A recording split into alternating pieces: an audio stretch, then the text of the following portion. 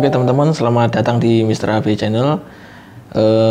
Kebetulan kemarin itu saya habis dari Yogyakarta dan di perjalanan itu banyak sekali saya menemukan tempat-tempat cukur yang masih baru buka ya teman-teman. Jadi mungkin channel saya ini nanti kedepannya juga pengen berkunjung ya ke teman-teman sesama profesi supaya kita bisa berbagi ilmu secara langsung, nggak hanya di YouTube saja seperti itu. Jadi mungkin saya juga mohon maaf kalau channel kita itu masih berantakan. Jadi karena memang masih pemula ya ini. Jadi konten kita itu masih seputar tutorial.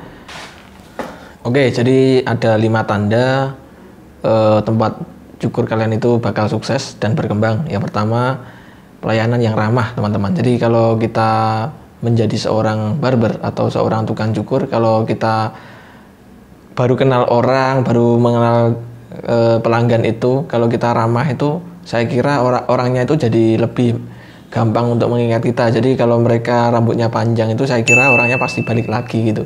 Jadi usahakan kita itu harus ramah sama orang yang baru kita kenal. Nah itu adalah salah satu tanda kalau tempat kita itu bakal sukses dan berkembang.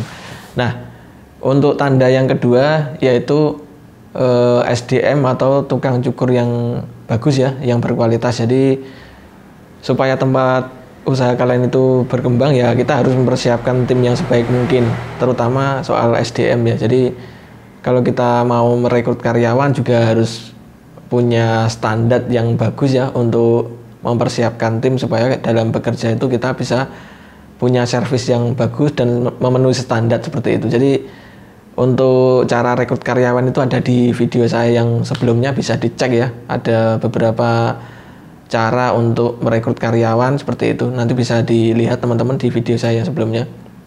Nah, jadi SDM yang bagus itu saya kira ini berkaitan dengan hasil cukurnya ya. Jadi saya kira kalau di tahun ini semua tukang cukur itu pasti sudah pinter-pinter semua, sudah bagus-bagus semua. Apalagi sekarang sudah banyak banget secara transparan dan belak-belakan itu banyak tutorial di YouTube dan sekolah gratis lah intinya gitu. Jadi kalau untuk tahun ini saya kira semua tukang cukur itu pasti hasilnya bagus teman-teman. Jadi mungkin kalau yang cukur yang keren dan bagus banget itu mungkin contohnya kalau di Indonesia ada Mas Haijul dari Harness Studio. Nah kalau untuk yang potong rambut yang tercepat gitu, kalau di Jawa Timur itu ada di Bojonegoro di channelnya Mas Turis. Jadi saya juga terinspirasi ya dari Mas Turis itu, karena Mas Turis itu orangnya wis sewantai banget. Jadi prinsip hidupnya Mas Turis itu saya suka karena dia itu pengennya nyukur iki wis cepet-cepetan wae, jadi cepet-cepet saja.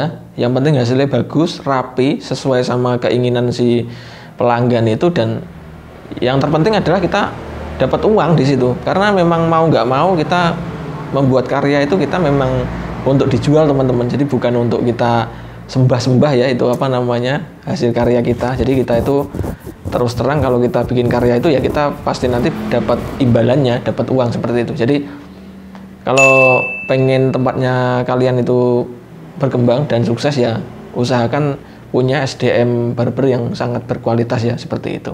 Jadi itu yang kedua.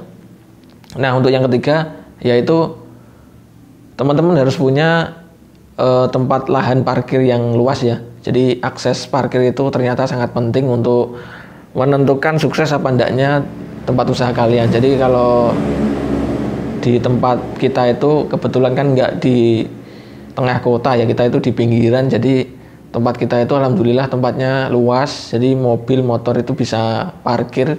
Yang penting nggak sampai merugikan kendaraan lain lah, nggak sampai membuat macet gitu loh. Nah itu jadi orang lebih gampang untuk ini pengen cukur, pengen mampir, nah itu mereka gampang untuk parkirnya. Jadi mungkin teman-teman kalau belum memikirkan tempat parkir yang mudah ya, nanti mudah-mudahan habis nonton video saya ini bisa lebih memikirkan urusan parkir ya teman-teman, karena ini penting banget.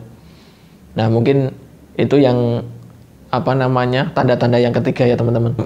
Oke, yang selanjutnya yang keempat yaitu pelanggan kalian itu mau balik di bulan kedua ya. Jadi pelanggan yang pertama kalian cukur ini pas bulan depan itu dia mau balik lagi. Nah itu salah satu tanda yang 100% bahwa tempat kalian itu ternyata sudah bisa diterima masyarakat. Karena kalau untuk berkembang dan suksesnya usaha jasa potong rambut itu ya harus diterima masyarakat dulu. Nah jadi untuk teman-teman yang masih baru buka usaha potong rambut, ya usahakan kita itu bisa punya servis yang bagus supaya pelanggan itu mau balik di bulan kedua atau pas rambutnya ini sudah panjang, itu yang penting dia mau balik lagi ke tempat kita. Nah itu adalah tanda yang paling paling kelihatan kalau tempat kita itu sudah bisa diterima masyarakat. Karena itu tadi walaupun kita bikin karya terus kita foto-foto terus kita share ke media sosial, mau Facebook atau Instagram, tapi kalau kita nggak bermasyarakat itu saya kira ya sia-sia gitu. Karena yang membuat tempat kita ramai itu bukan Instagram sama Facebook bro. Jadi yang membuat ramai itu adalah masyarakat itu sendiri. Jadi itu adalah tanda yang keempat. Nah yang terakhir, yang kelima itu adalah harga yang sangat terjangkau ya. Jadi ini yang paling yang paling penting untuk usaha jasa potong rambut. Karena kalau kita punya tarif yang terjangkau itu ya insya Allah tempat kita lebih cepat dikenal. Nah jadi kalau tempat kita secara tarifnya terjangkau, jadi orang itu jauh lebih mudah untuk mengunjungi tempat kita lagi, seperti itu teman-teman. Nah untuk teman-teman yang masih baru membuka usaha jasa potong rambut itu yang paling banyak ditanyakan itu adalah, Mas gimana sih saya bisa memperkenalkan tarif, bagaimana caranya kita membuka tarif untuk pemula. Nah saya kira kalau untuk persoalan tarif itu saya nggak bisa membahas sepihak ya, karena lokasi kita dan tempat kita itu berbeda. Jadi kalau misalkan tempat kita di kampung atau di pinggiran dengan di tengah kota ya pastinya nggak sama, karena mungkin sewa tempatnya juga nggak sama ya teman-teman.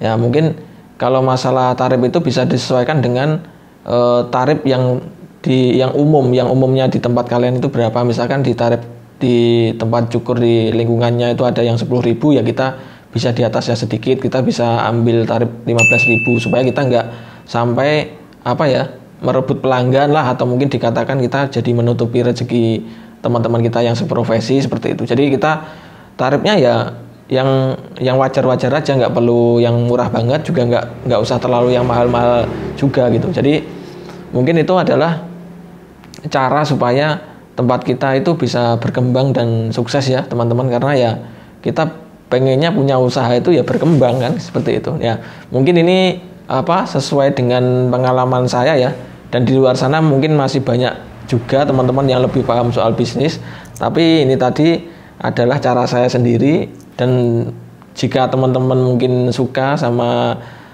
cara saya tadi itu ya bisa diterapkan seperti itu. Jadi mungkin kurang lebih sekian dulu video dari saya. Apabila teman-teman suka sama video ini bisa diklik tombol subscribe supaya tidak ketinggalan sama video kita yang selanjutnya. Terima kasih.